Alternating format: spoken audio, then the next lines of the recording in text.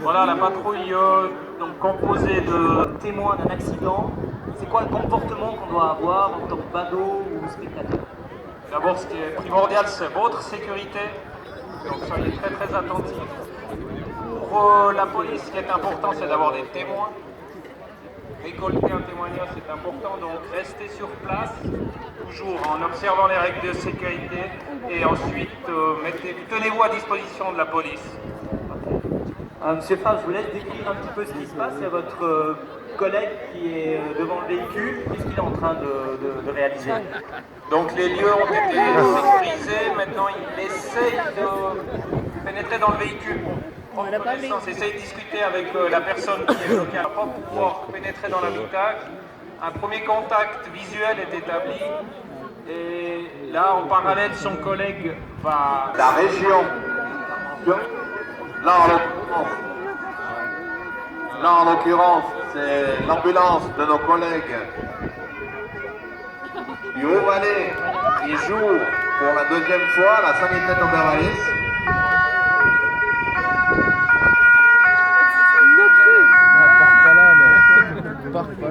Alors un équipage ambulancier est toujours composé de 2 ambulanciers.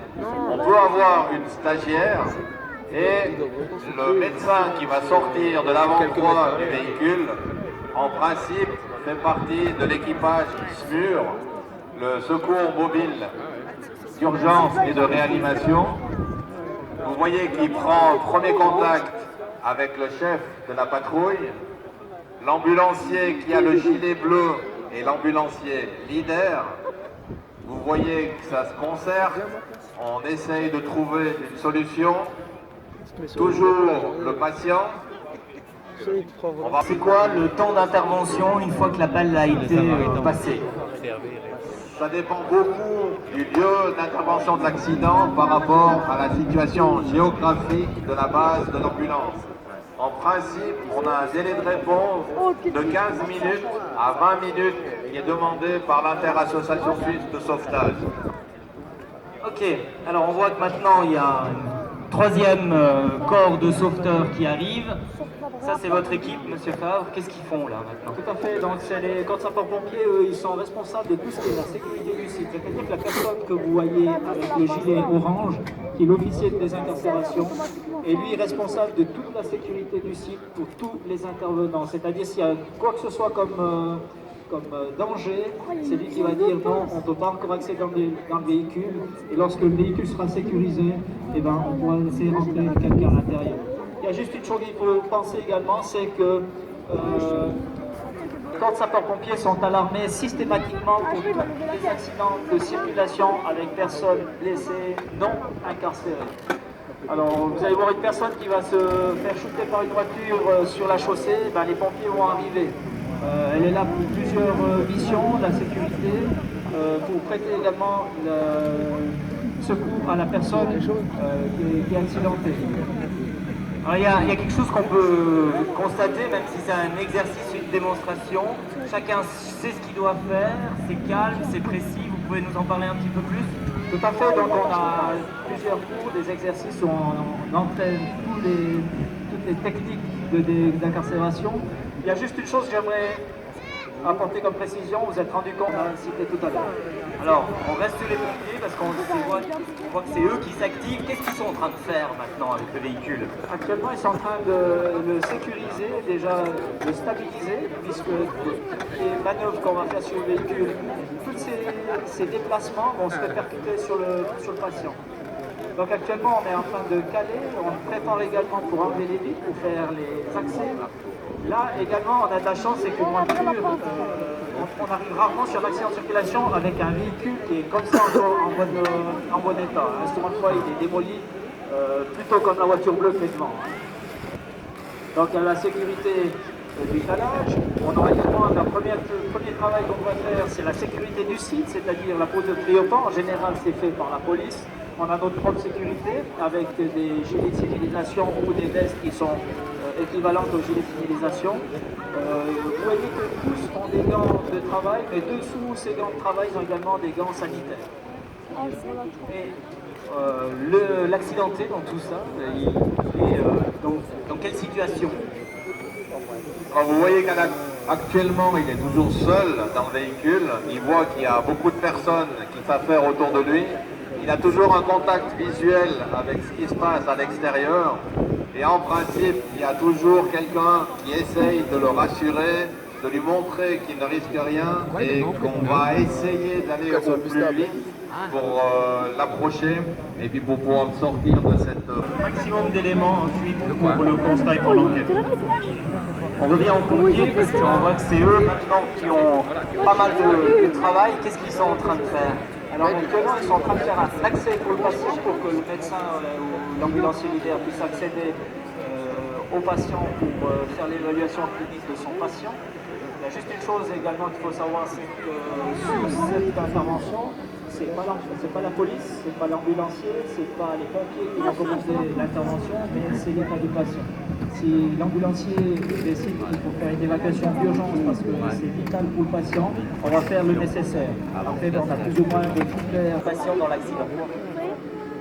Alors, avec une méthode toute simple, si le patient bouge et regarde entre guillemets dans notre direction, on considère qu'il est conscient. La grande problématique, c'est que si on n'a pas de signe entre guillemets de vie à l'intérieur du véhicule, jusqu'à ce qu'on a pu aller au contraire, on le considère comme un état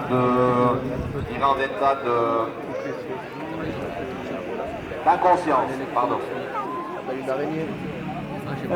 On voit, alors peut-être qu'ils ne le voient pas forcément, mais ils sont en train de lui parler, donc il y a un contact qui s'établit avec l'accidenté. Alors, il y a un premier contact verbal qui se fait, il y a un contact visuel et il y a un contact tactile, dans le sens que l'ambulancier a pu rentrer dans le véhicule et il lui maintient la tête en position neutre. On appelle ça dans l'axe tête-cou-tronc, pour éviter qu'il tourne la tête à droite et à gauche et puis qu'il prenne un mauvais coup au niveau de ses cervicales. Donc vous voyez que ça s'affaire maintenant au niveau sanitaire. C'est dans le meilleur cas où la voiture est pas sur le coup. Tout le monde a sa place aussi. On voit que le médecin discute avec le chef de l'intervention. Et on voit qu'il y a une personne qui est rentrée aussi à l'intérieur du véhicule. Hein. Alors c'est ce qu'on appelle l'écureuil au niveau sanitaire et au niveau des pompiers, la même chose. C'est la première personne qui prend contact avec le patient. Ça veut dire que le patient n'oubliera jamais. Régulièrement en contact, elle va voir, elle va entendre et nécessairement pas être en action. Ok, je donne la parole à Alain. Alors vous voyez qu'ils sont en train de désincarcérer au fait la personne, mais c'est pas ma question que je voulais poser. Comment ça se coordonne? Parce qu'il y a beaucoup de personnes, donc il y a quand même des gens qui coordonnent, qui prennent des décisions. Qui prend les décisions?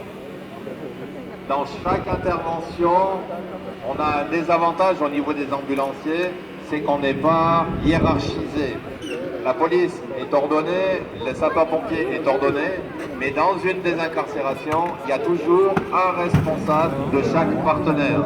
Et ces responsables sont souvent en train de se coordonner entre eux pour savoir où on en est, l'état du patient, l'avancement de la désincarcération, et puis s'il y a urgence, il y a toujours une remise en question qui se fait tout le temps. Comment on les reconnaît, ces personnes? Alors ils portent des chasubles de couleurs, je dirais, différentes. L'ambulancier a une chasuble bleue, c'est l'ambulancier leader. Au niveau du chef, de l'officier des incarcérations, il a son gilet orange. Et les autres, entre guillemets, intervenants sont, en fonction de leur mission, subordonnés à ces chefs-là. L'ambulancier est toujours sous la responsabilité du médecin au niveau médical, mais par contre, le médecin est toujours attentif au choix tactique de l'extraction du véhicule demandé par l'ambulancier. Ok, merci. Ce Favre, on voit qu'il y a des parties du véhicule qui ont été enlevées, où il y a un ordre précis, vous expliquez. Alors la première chose en général qu'on enlève, c'est la porte qui se trouve du côté du patient. Se permettre au médecin de faire un contrôle plus approfondi du patient. Et ensuite on enlève la porte opposée, parce que là on est en train de commencer à découper le toit. On appelle ça le fait de dépavillonner. Et vous êtes rendu compte également qu'il y a une personne une chasuble bleue chez les pompiers, c'est la personne qui s'occupe de la sécurité. Cette personne, elle est très importante parce que c'est elle qui va regarder tout ce qui touche la sécurité du véhicule, mais également la sécurité des intervenants. Vous voyez qu'il y a beaucoup d'engins hydrauliques, donc il y a des tuyaux. Ces engins hydrauliques sont très lourds, ça fait environ une vingtaine, une cisaille par exemple, ou un écarteur, ça fait environ une vingtaine de kilos. La personne avec la chasuble bleue également, vous avez vu qu'elle a fait des couleurs, elle a fait des traits sur le véhicule. Ces traits, c'est simplement pour montrer où c'est qu'il faudra découper. Monsieur Favre, l'autre, le rôle du policier, il regarde, il va chercher aussi des infos à gauche, à droite. C'est quoi en fait ces actions?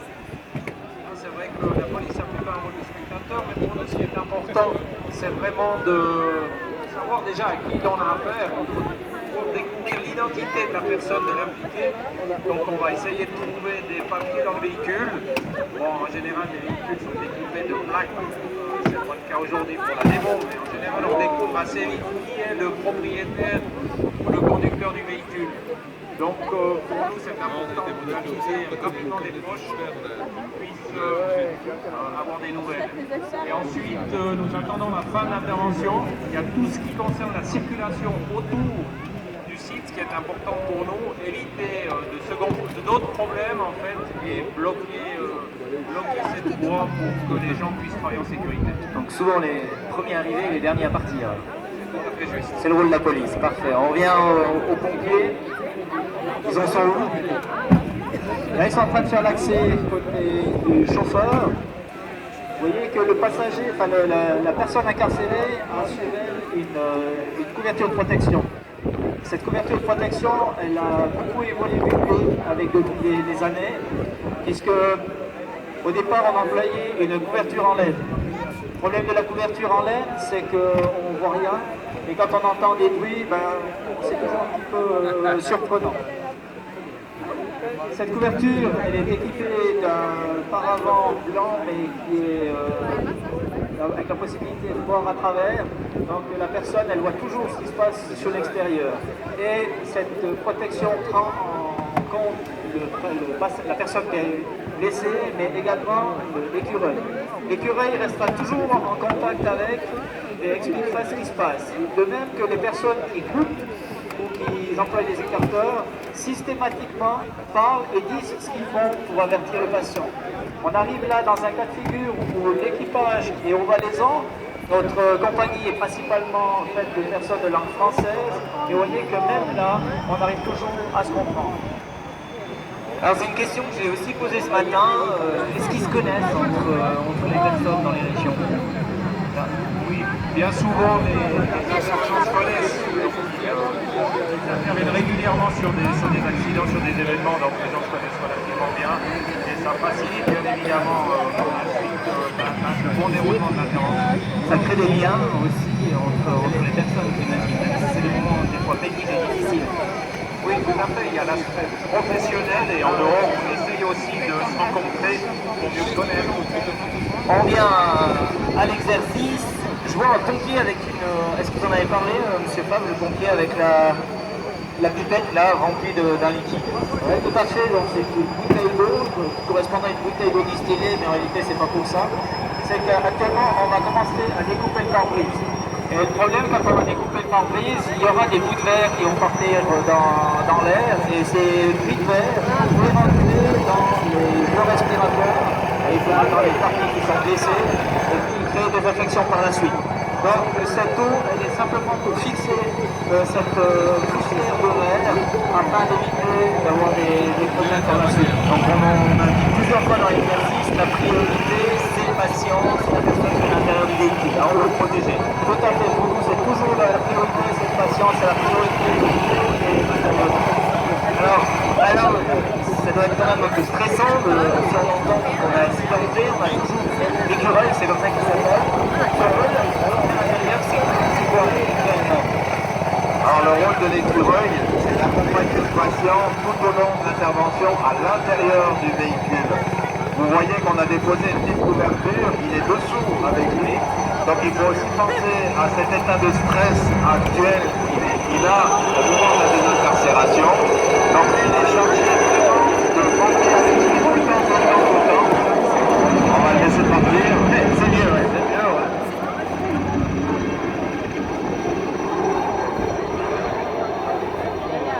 Voilà le petit clin d'œil de nos collègues d'Arterman. Donc, ce que je vous expliquais par rapport au stress du patient, l'écureuil est le premier qui a un contact avec le patient et il sera le dernier à lui dire au revoir, entre guillemets, aux urgences de l'hôpital de destination. Donc c'est un rôle qui est vachement important et puis, comme a dit Reynolds, qui est chargé de beaucoup d'émotions parce qu'il partage vraiment tout. On a des patients qui nous racontent toute leur vie durant la durée de la désincarcération et puis on rentre vraiment dans son intimité. Parfait. On revient là, ils sont plusieurs à soutenir le poids. C'est quoi la prochaine étape? Les pompiers. Donc actuellement, c'est le papillonnage, c'est-à-dire que tous les montants qui sont reposés aux patients ont été découpés. On arrive gentiment à un avant-dernier. Vous voyez qu'également, il y a une protection plastique qui a été posée entre le patient et la cisaille, tout simplement pour éviter de blesser de plus la personne. Et on accède maintenant au dernier montant et on va dépavillonner. Vous avez aussi remarqué que toutes les pièces sont reposées au même endroit, donc à l'arrière des véhicules. Et on va les séparer ici.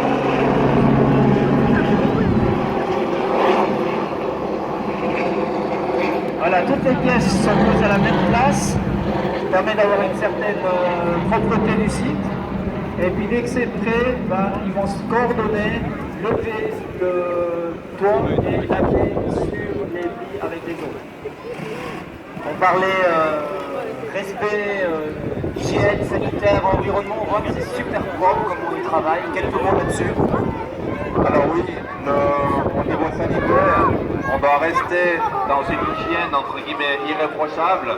Donc on ne va pas mettre une infection supplémentaire dans le patient lors d'une désincarcération. Donc vous voyez qu'il y a un parc matériel d'objets qui sont retirés du véhicule, qui se trouve à un seul et unique endroit. Et tout le reste, vous voyez, c'est propre, c'est net. Chacun ne marche pas sur des débris de pièces ou bien avec un risque de se blesser sur une partie qui n'est pas protégée. On donne la parole à M. Favre. On voit qu'il y a des câbles de certaines couleurs et puis une machine qui a été allumée. Qu'est-ce qui se passe? Alors, tous ces appareils que vous voyez, écarteurs, cisailles, vérins, sont des appareils qui sont mus par la pression hydraulique. Ces appareils que ressemble la génératrice, c'est tout simplement l'appareil qui va nous donner la pression hydraulique. Cette pression hydraulique, on travaille avec ces appareils environ à des pressions de 720 bars. Pression de voiture, c'est 2 bars. Là, on travaille avec 720 bars. Donc, je vous laisse imaginer si tout d'un coup il y a un trou dans le tuyau, même avec les gants de protection, nos mains sont coupées. Parfait. On voit le médecin qui tourne, quand même, il regarde beaucoup ce qui se passe. Là, il est en train de prendre des décisions. Qu'est-ce qu'il va faire? Alors le médecin est en train d'analyser l'état du patient, la position du patient. Il évalue l'importance du choc, donc le traumatisme que le patient a pu subir au moment de l'accident. Et il est déjà en train d'imaginer comment il va ressortir le patient de sa position actuelle. Et puis là, il va leur sortir comment, selon toi? Alors, on n'a pas vraiment d'intervention type, ça dépend tout de l'état du patient, ça dépend tout des lésions qu'il présente, s'il a mal au dos, s'il a des fourmillements et tout ça, mais en principe avec une planche. Parfait.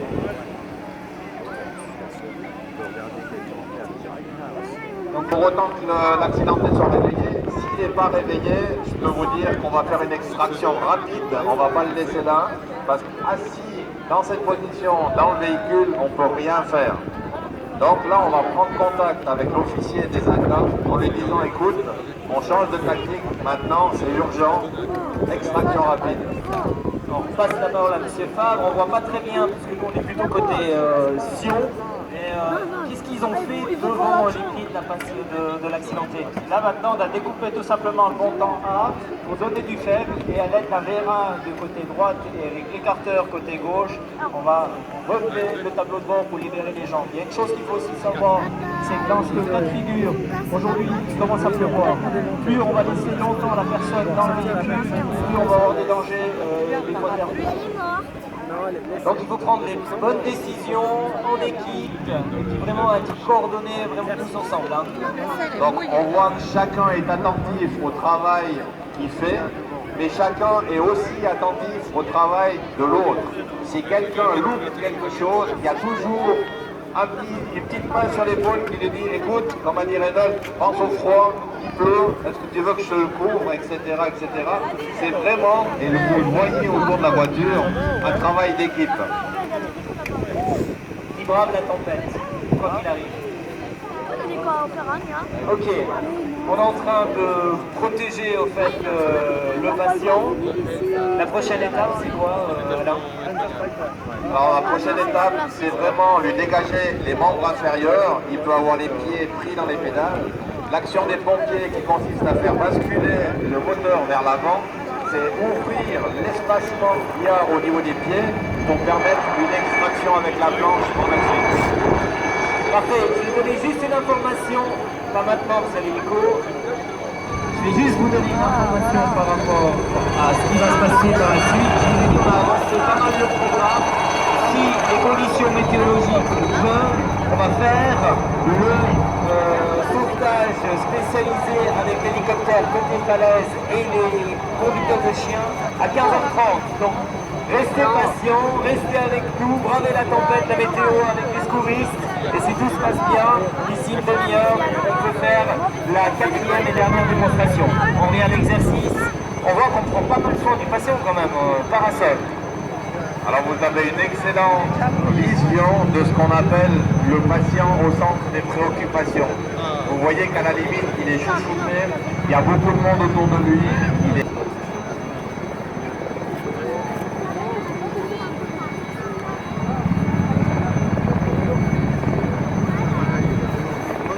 Là, on voit un excellent travail d'équipe. Le corps des sapeurs-pompiers aide le corps médical. Donc, il y a un planche qui est mis en place, qui est maintenu. On voit chacun à sa place.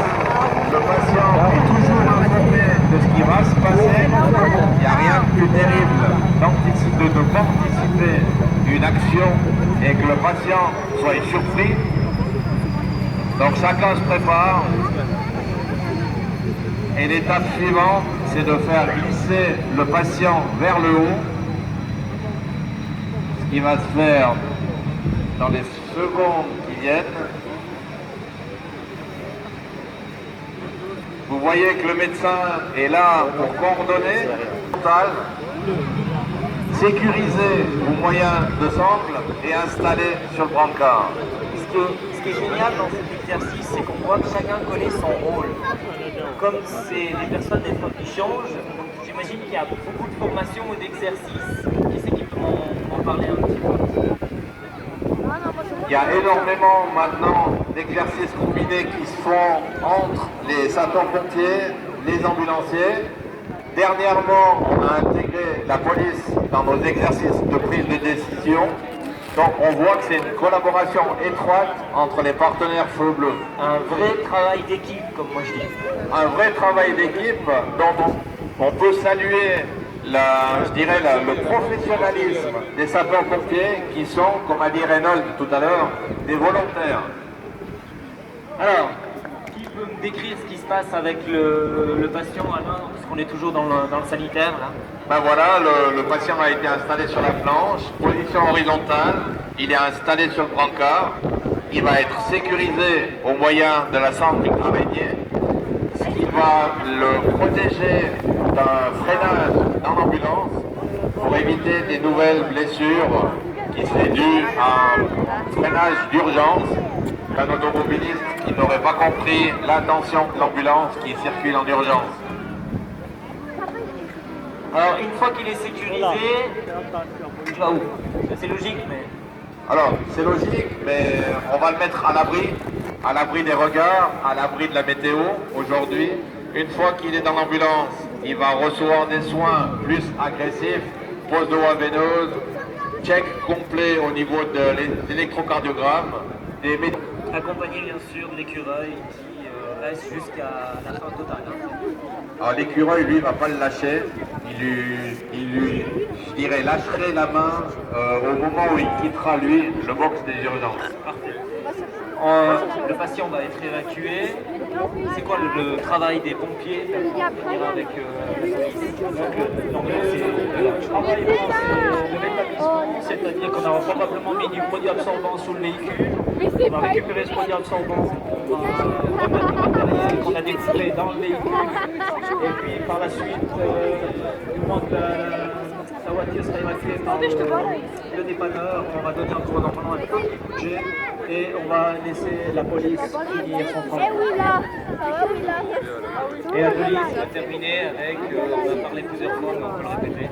Oui, donc on va rester du message par rapport à la sécurité. Là, on voit le patient qui part. Il y avait un message que vous voulez passer, monsieur Favre, par rapport à « Je suis monsieur, madame, tout le monde, j'ai assisté à l'accident, qu'est-ce que je dois faire ?»